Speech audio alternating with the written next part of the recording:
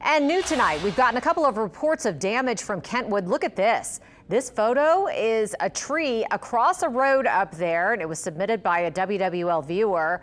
We do have crews who are heading out to assess the damage across the area. Of course, we heard reports that there were tornado warnings. The National Weather Service saying that there was the possibility that there may have been a spotted tornado out there. So we'll have to wait and see what those damage reports are. Right, and we should get more information from them hopefully at some point, but interesting to see the at least pictures coming in. Yes. And also to see some of those wind speeds and estimated wind gusts at 60+ miles per hour. Looking at our line, which has charged across our north of the lake spots and is just now arriving for some south of Lake Pontchartrain locations. There it is. You can see it weakening a little bit, but it really ramped up as it headed right toward Tangipahoa Parish. We had a big, long tornado warning for Amite, also for the Folsom area, and now thankfully things are a little quieter. However, there is a new severe thunderstorm warning, which includes just the area where the line has not made it yet, north of Lake Pontchartrain and into Mississippi, and we will be watching that one until about 7 or a little bit after, potentially, the farther to the east it goes. This is one of these complexes that we've actually seen skirting our area, weakening before it gets to us, or just completely staying north of our area. But these have been a pretty common thing that we've seen in the past week plus across the central part of the U.S.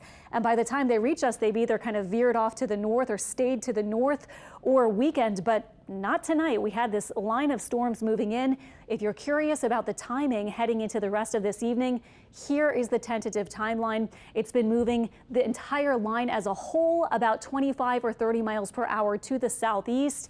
And you can see that puts it at New Orleans a bit after 7 p.m. potentially, on toward Homa, maybe 7:30, and other spots toward Mississippi in the 8 p.m. hour. So we are seeing some indications that it's weakening. Hopefully it continues to do that, but north of Lake Pontchartrain, there could still easily be some high wind gusts, and we'll keep watching just in case there are a few more of those rotating segments that we saw earlier.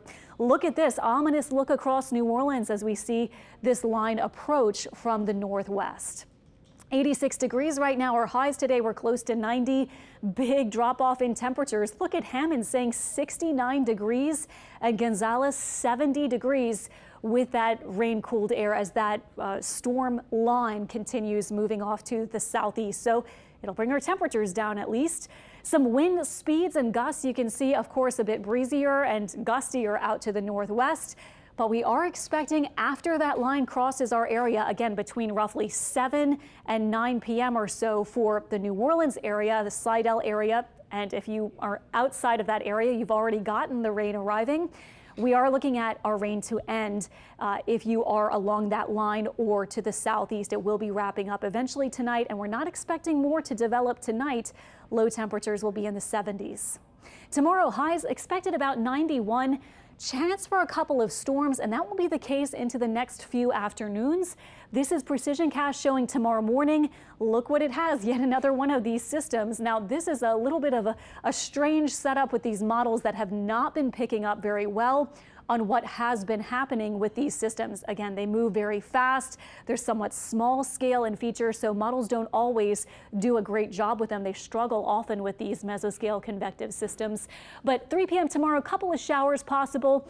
Interestingly, on Thursday, this model almost wants to spin up some showers and storms, and look at this, has a little low pressure spinning right over New Orleans. Of course, not tropical, but kind of has that look. So Thursday, models are showing a little bit higher rain coverage. I have a little higher chance for storms.